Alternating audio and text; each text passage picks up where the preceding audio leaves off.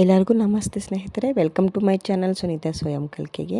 ನಾನಿವತ್ತು ನಿಮಗೆ chicken gravy ಒಂದು ವೆರೈಟಿಯಾಗಿ ಮಾಡಿ ತೋರಿಸ್ತಾ ಇದ್ದೀನಿ.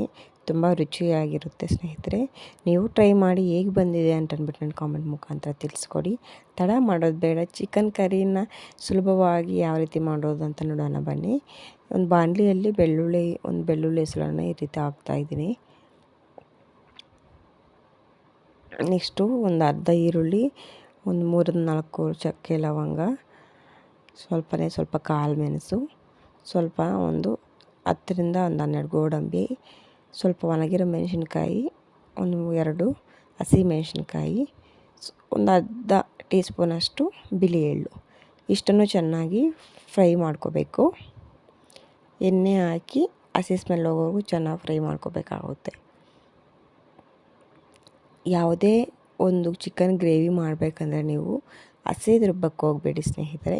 ಈ ರೀತಿ ಈರುಳ್ಳಿ, ಬೆಳ್ಳುಳ್ಳಿ ಮತ್ತು ನಾವು ಏನೆಲ್ಲ ಮಸಾಲೆಯನ್ನು ಹಾಕ್ತೀವಿ ಅದನ್ನೆಲ್ಲ ಈ ರೀತಿ ರೋಸ್ಟ್ ಮಾಡಿಬಿಟ್ಟು ಹಾಕಿದ್ರೆ ಚಿಕನ್ ಸಾಂಬಾರಾಗಲಿ ಗ್ರೇವಿ ಆಗಲಿ ತುಂಬ ಚೆನ್ನಾಗಿರುತ್ತೆ. ಹಸಿ ಸ್ಮೆಲ್ ಇದ್ದರೆ ಅದು ಒಂಥರ ಡಿಫ್ರೆಂಟ್ ಟೇಸ್ಟ್ ಇರುತ್ತೆ. ಸೊ ಇವಾಗ ನಾನು ಇಲ್ಲಿ ಕೊಬ್ಬರಿ ಮತ್ತು ಯೂಸ್ ಮಾಡ್ತಾಯಿಲ್ಲ. ಸೊ ಹಾಗಾಗಿ ಟೊಮೊಟೊನ ಸ್ವಲ್ಪ ಹಾಕ್ತಾಯಿದ್ದೀನಿ ರುಬ್ಬಕ್ಕೆ.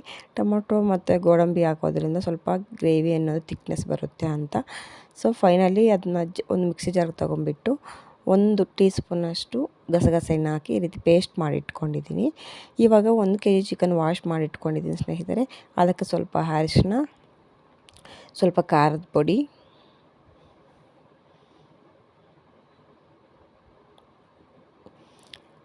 ವೆರೈಟಿ ಅಂತಂದರೆ ಇದೆ ಸ್ನೇಹಿತರೆ. ಸೊ ನಾವು ಒಗ್ಗರಣೆ ಕೊಟ್ಬಿಟ್ಟು ಮಸಾಲೆ ಪೌಡರು ಚಿಕನ್ನೆಲ್ಲ ರೋಸ್ಟ್ ಮಾಡ್ತೀವಿ. ಸೊ ಇವಾಗ ನಾನು ಈ ರೀತಿ ಮ್ಯಾರಿನೇಟ್ ಮಾಡ್ತಾಯಿದ್ದೀನಿ. ಸೊ ಧನಿಯಾ ಪೌಡರ್ ಒಂದು 4 ಟೇಬಲ್ ಸ್ಪೂನ್, ಮತ್ತು ಸ್ವಲ್ಪ ಪೆಪ್ಪರ್ ಪೌಡರು, ಮತ್ತು ಚಿಕನ್ ಸಾಂಬಾರ್ ಮಸಾಲ ಸ್ವಲ್ಪ ಪೆಪ್ಪರ್ ಪೌಡರ್, ಒಂದು 1 ಟೇಬಲ್ ಸ್ಪೂನ್ ಅಷ್ಟು ನಿಂಬೆ ರಸ ಯಾಕೆ ಹಾಕ್ತಾಯಿದ್ದೀವಿ ಅಂತಂದರೆ ಚಿಕನ್ ಗ್ರೇವಿ ತುಂಬ ರುಚಿಯಾಗಿರುತ್ತೆ, ಪ್ಲಸ್ಸು ಚಿಕನ್ ಪೀಸ್ ಅನ್ನೋದು ತುಂಬ ಜ್ಯೂಸಿಯಾಗಿರುತ್ತೆ ಅಂತ. ಸೊ ಇವಾಗ ಇದನ್ನೆಲ್ಲ ನಾವು ಮಸಾಲೆ ರುಬ್ಕೊಂಡಿದ್ವಲ್ಲ ಅದನ್ನು ಸಹ ಹಾಕಿ ಈ ರೀತಿ ಮಿಕ್ಸ್ ಮಾಡ್ತಾಯಿದ್ದೀನಿ. ಚೆನ್ನಾಗಿ ಎಲ್ಲ ಚಿಕನ್ ಪೀಸ್ಗೂ ಚೆನ್ನಾಗಿ ಅಪ್ಲೈ ಮಾಡಬೇಕು ಈ ಮಸಾಲೆಗಳು. ಸೊ ಈ ರೀತಿ ಚೆನ್ನಾಗಿ ಮಿಕ್ಸ್ ಮಾಡಿದ್ದಾದಮೇಲೆ ಒಂದು ಅರ್ಧ ಗಂಟೆ ಫ್ರಿಜ್ಜಲ್ಲಿಡಿ, ಇಲ್ಲ ಪಕ್ಕಕ್ಕೆ ಮ್ಯಾರಿನೇಟ್ ಮಾಡಿ. ಫ್ರಿಜ್ಜಲ್ಲಿಟ್ಟರೆ ನೀರು ಅನ್ನೋದು ಬಿಡಲ್ಲ. ಸೊ ಆದ್ದರಿಂದ ನೀವು ಫ್ರಿಜ್ಜಲ್ಲಿಡಿ. ನೆಕ್ಸ್ಟ್ ಒಂದು ಬಾಣಲಿ ತೊಗೊಂಬಿಟ್ಟು ಅದಕ್ಕೆ ಒಂದು 5-6 ಟೇಬಲ್ ಸ್ಪೂನ್ ಎಣ್ಣೆಯನ್ನು ಹಾಕಿ, ಮೀಡಿಯಮ್ ಸೈಜ್ ಈರುಳ್ಳಿ, 2 ಈರುಳ್ಳಿಯನ್ನು ಕಟ್ ಮಾಡಿ ಇಟ್ಕೊಂಡಿದ್ದೆ, ಅದನ್ನು ಹಾಕಿ ಈ ರೀತಿ ಫ್ರೈ ಮಾಡ್ತಾಯಿದ್ದೀನಿ. ಸ್ವಲ್ಪ ಕಲರ್ ಟರ್ನ್ ಆಗೋವರೆಗೂ ಈ ರೀತಿ ಫ್ರೈ ಮಾಡಬೇಕಾಗುತ್ತೆ. ನೆಕ್ಸ್ಟು 1 kg ಚಿಕನ್ ನಾವು ಮ್ಯಾರಿನೇಟ್ ಮಾಡ್ಕೊಂಡು ಇಟ್ಕೊದಿರಲ್ಲ, ಸೊ ಅದನ್ನು ಇವಾಗ ಇದಕ್ಕೆ ಹಾಕಬೇಕಾಗುತ್ತೆ. ಸೊ ನಾವು 1 ಟೊಮೊಟೊ ಕಟ್ ಮಾಡಿ ಇಟ್ಕೊಂಡಿದ್ದೆ, ಆವಾಗಲೇ ಒಂದು ಅರ್ಧ ಟೊಮೊಟೊ ಅಷ್ಟು ರುಬ್ಬಕ್ಕೆ ಹಾಕಿದ್ದೆ, ಒಂದು ಅರ್ಧ ಟೊಮೊಟೊ ಈ ರೀತಿ ಒಗ್ಗರಣೆ ಕೊಡ್ತಾಯಿದ್ದೀನಿ. ಸೊ ಇದಕ್ಕೆ ಬೇಕಂದರೆ ನೀವು ಸ್ವಲ್ಪ ಗೋಲ್ ಗರಂ ಮಸಾಲ ಹಾಕ್ಕೋಬೋದು, ಸ್ವಲ್ಪ ಚಕ್ಕೆ ಲವಂಗ, ಮತ್ತು ನಾನಿಲ್ಲಿ ಬಿರಿಯಾನಿ ಎಲೆ ಹಾಕಿದ್ದೀನಿ. ನೀವು ಬೇರೆ ಸ್ಪೈಸಸ್ ಎಲ್ಲ ಹಾಕ್ಕೋಬೋದು, ನಿಮ್ಗೆ ಇನ್ನೂ ಸ್ಪೈಸಿನೆಸ್ ಬೇಕಂತಂದರೆ. ಇವಾಗ ನೋಡಿ ಮ್ಯಾರಿನೇಟ್ ಮಾಡಿ ಇಟ್ಕೊಂಡಿರೋ ಅಂಥ ಚಿಕನ್ನ ಇದಕ್ಕೆ ಹಾಕಿ ಚೆನ್ನಾಗಿ ಮಿಕ್ಸ್ ಮಾಡಬೇಕು.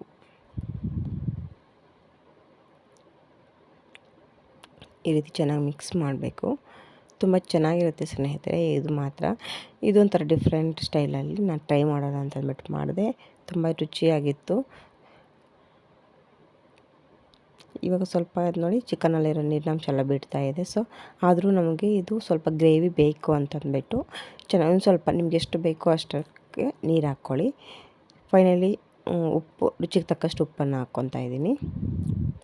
ನನಗೆ ಇಲ್ಲಿ ಚೆನ್ನಾಗಿ ಚಿಕನ್ ಬೆಂದ ಮೇಲೆ ಗ್ರೇವಿ ಕಡಿಮೆ ಆಗುತ್ತೆ ಅಂತಂದ್ಬಿಟ್ಟು ನಾನು ಸ್ಟಾರ್ಟಿಂಗಲ್ಲೇ ನೋಡಿಕೊಂಡು ನನಗೆ ಎಷ್ಟು ಬೇಕೋ ಅಷ್ಟು ನೀರನ್ನು ಹಾಕ್ಕೊತಾ ಇದ್ದೀನಿ.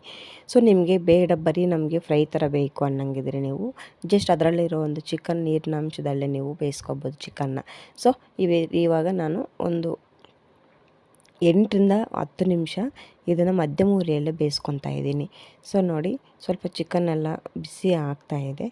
ಇವಾಗ ಒಂದು 2 ನಿಮಿಷಕ್ಕೊಮ್ಮೆ, ಇವಾಗ ನೋಡಿ ಸ್ನೇಹಿತರೆ, ನಾನು ಜಸ್ಟ್ ಒಂದು 8-12 ನಿಮಿಷ ಕಾಲ ನಾನು ಮಧ್ಯಮ ಉರಿಯಲ್ಲೇ ಇದು ಚೆನ್ನಾಗಿ ಚಿಕನ್ನ ಈ ರೀತಿ ಬೇಯಿಸಿದ್ದೀನಿ. ಸೊ ನಾನು ಗ್ರೇವಿ ಅನ್ನೋದು ಈ ರೀತಿ ಬಂದಿದೆ.